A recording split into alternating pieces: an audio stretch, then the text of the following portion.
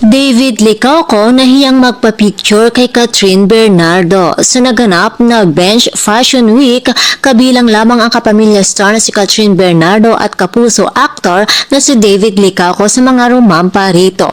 Naging pasabog ang kaseksihan ni Catherine, super hot at pati ang abs agaw pansin sa mga audience.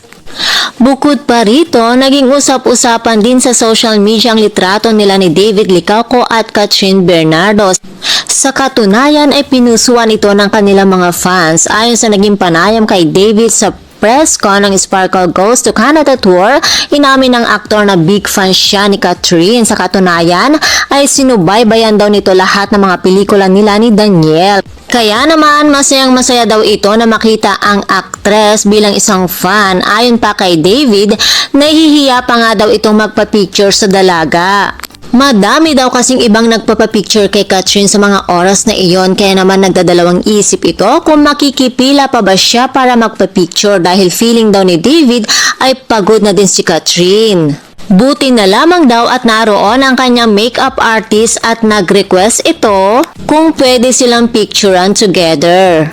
Madami naman ang mga naging positibong komento sa kanilang naging larawan dahil nakitaan ng mga netizens na malakas daw ang kanilang chemistry.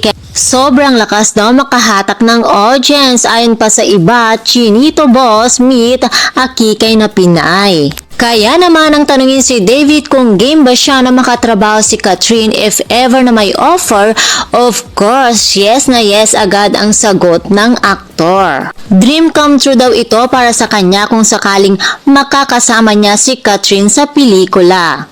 Ani ni David, hopefully mabigyan ng pagkakataon. Lahat naman ng artistang lalaki gustong makawork si Catherine, mahaba-haba ang pila.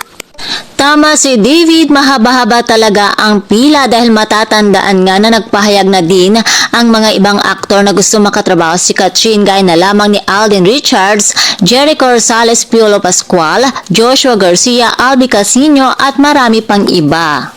Samantala, nakikiusap naman ng mga ibang netizens na sana lamang daw ay walang magagalit na Barda o Katniel fans. Dahil alam naman natin na artista ang mga ito at nagtatrabaho lamang sila, kaya naman mga chika Doras, abangan na lamang natin kung magkakaroon nga ba ng movie together sina David Licauco at Catherine Bernardo.